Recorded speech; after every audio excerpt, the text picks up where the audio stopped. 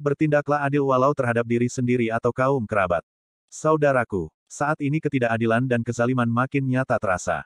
Terjadi di mana-mana, hampir dalam semua perkara. Dari mulai ketidakadilan dan kezaliman di bidang ekonomi hingga ketidakadilan dan kezaliman di bidang hukum. Di bidang ekonomi, misalnya, selama ini sebagian besar sumber daya alam milik rakyat dikuasai hanya oleh segelintir orang.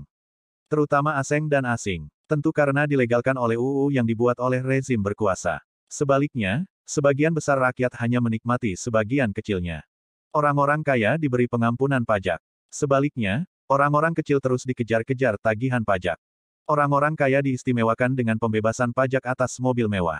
Sebaliknya, orang-orang kecil malah makin dibebani oleh ragam dan jenis pungutan pajak.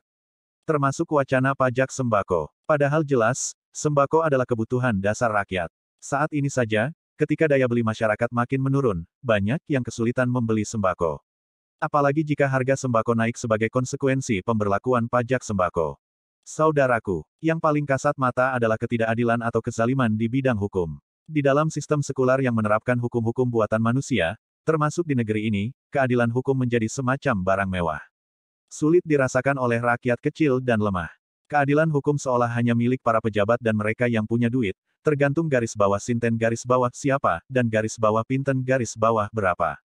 Di negeri ini rakyat kecil yang mencuri benda nilainya kecil beberapa rupiah saja bisa dijerat hukuman berat. Sebaliknya, para pejabat yang punya kuasa atau mereka yang punya duit, meski mengkorupsi miliaran hingga triliunan uang rakyat, melakukan korupsi, kolusi dan nepotisme, melanggengkan kekuasaan dengan politik dinasti bisa bebas melenggang dari jeratan hukuman. Itulah pengadilan di dunia, sebuah pengadilan semu, bahkan palsu. Pengadilan dunia sering menjadi alat untuk sekadar menghukum rakyat kecil. Hukumannya pun tidak akan mampu menghapus dosa-dosa para kriminal. Para penegak hukumnya acap kali bermental bobrok. Tidak memiliki rasa takut kepada Allah Azza wa Jalla, mudah dibeli. Mereka gampang tergoda oleh rayuan harta, tahta, wanita dan kenikmatan dunia lainnya.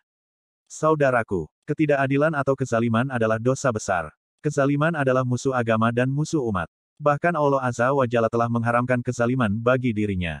Karena itu Allah Azza wa Jalla pun mengharamkan kezaliman antar sesama hambanya.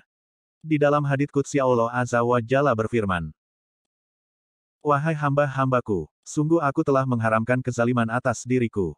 Aku pun telah mengharamkan kezaliman itu di antara kalian."